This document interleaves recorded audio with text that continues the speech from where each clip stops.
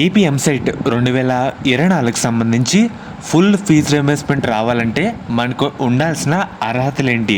మనకి కొత్తగా చంద్రబాబు నాయుడు గారి గవర్నమెంట్ అయితే రావడం జరిగింది కదా! ఆ గవర్నమెంట్‌లో వచ్చిన కొత్త కండిషన్స్ ఏంటి? మీకు టోటల్ ఇన్ఫర్మేషన్ మొత్తం ఈ వీడియోలో డీటెయిల్‌గా చెప్తాను. అండ్ అలాగే ఓన్లీ ఈ కండిషన్స్ ఉన్న వాళ్ళకి మాత్రమే ఫీజు రీయింబర్స్మెంట్ అయితే రావడం జరుగుతుంది. అవేంటి మొత్తం చెప్పడం జరుగుతుంది. మెయిన్‌గా వీడియోలోకి వెళ్ళే ముందు మెయిన్గా ఇప్పుడు ఎవరైతే బీటెక్లో జాయిన్ అవ్వబోయే విద్యార్థులు ఉంటారో ఒక మంచి హై పేడ్ జాబ్ తెచ్చుకోవాలని చాలామందికి అయితే ఉంటుందన్నమాట.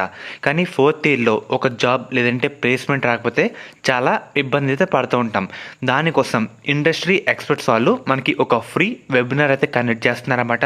దీంట్లో మనం ఒక మంచి హై పేడ్ జాబ్ ఎలా తెచ్చుకోవాలి దాని గురించి ఒక డీటెయిల్ రోడ్ మ్యాప్ అయితే మనకి చెప్పడం జరుగుతుంది.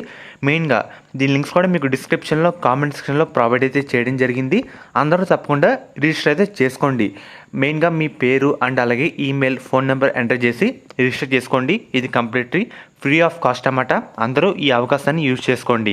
మెయిన్గా డీటెయిల్స్ చెప్పే ముందు ఫస్ట్ మనకి ఫీజు రీయింబర్స్మెంట్ కౌన్సిలింగ్లో రావాలి అంటే మనం ఒక ఆప్షన్ సర్టిఫికేట్ అయితే అప్లోడ్ చేయాల్సి ఉంటుంది. అదేంటంటే ఇన్కమ్ సర్టిఫికేట్ మరియు వైట్ రేషన్ కార్డ్. ఈ రెండు మనకి తప్పకుండా అయితే ఉండాలన్నమాట. ఇది ఫస్ట్. దీని తర్వాత మనకి కండిషన్స్ అయితే వర్తింప చేయబడతాయి.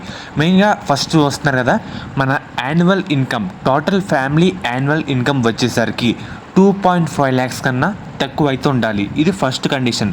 తక్కువ ఉంటేనే మనకి టోటల్ ఫీజు రీయింబర్స్మెంట్ అయితే రావడం జరుగుతుంది. ఎక్కువ ఉంటే అయితే రాదు. అండ్ అలాగే సెకండ్ పాయింట్ విషయానికి వస్తే మనకి టోటల్ ల్యాండ్కి సంబంధించి ఫ్యామిలీ మొత్తం మీద 10 ఎకరాల కన్నా తక్కువ వెట్ ల్యాండ్ లేదంటే 25 ఎకరాల కన్నా డ్రై ల్యాండ్ లేదంటే 25 ఎకరాలు both wet and dry land అయితే మనకైతే ఉండాలన్నమాట. సో దీనికన్నా ఎక్కువ ఉంటే రాదు. అండ్ అలాగే తర్వాత మూడో పాయింట్ విషయానికి వస్తే మన ఫ్యామిలీలో ఎవ్వరు గవర్నమెంట్ ఎంప్లాయ్ అయితే ఉండకూడదు. దాంతోపాటు పెన్షన్ తీసుకున్న వాళ్ళు కూడా ఉండకూడదు అన్నమాట. సో ఇది మెయిన్ పాయింట్. అండ్ అలాగే తర్వాత మెయిన్గా మన ఫ్యామిలీలో 4 వీలర్ ఉన్న వాళ్ళైతే ఉండకూడదన్నమాట. ఇన్ కేస్ కార్ కానీ ఏమైనా ఉంటే మనకి ఫీజు రీయింబర్స్మెంట్ అయితే రాదు. మనకి ట్యాక్సీస్ కానీ ట్రాక్టర్స్ కానీ ఆటోస్ కానీ ఉంటే మనకి వస్తుంది.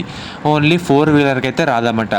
యాక్సెప్టెడ్ అని చెప్పింది ఏంటంటే ట్యాక్సీస్, ట్రాక్టర్స్, ఆటోస్ ఈ మూడిట్లో ఏమన్నా మనకైతే వస్తుంది.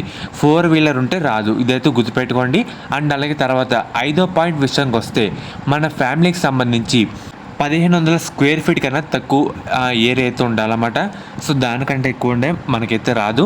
అండ్ అలాగే తర్వాత మన ఫ్యామిలీలో ఎవరు కూడా ట్యాక్స్ అయితే పే చేయకూడదు. చూస్తున్నారు కదా, no member of the family should become a income tax payer.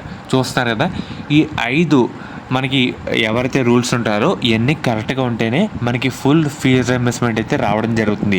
దాంతోపాటు మీ ఇన్కమ్ సర్టిఫికేట్ అండ్ అలాగే రేషన్ కార్డు కూడా అన్ని కొత్తదైతే అప్డేట్ చేసుకొని రెడీ పెట్టుకోండి.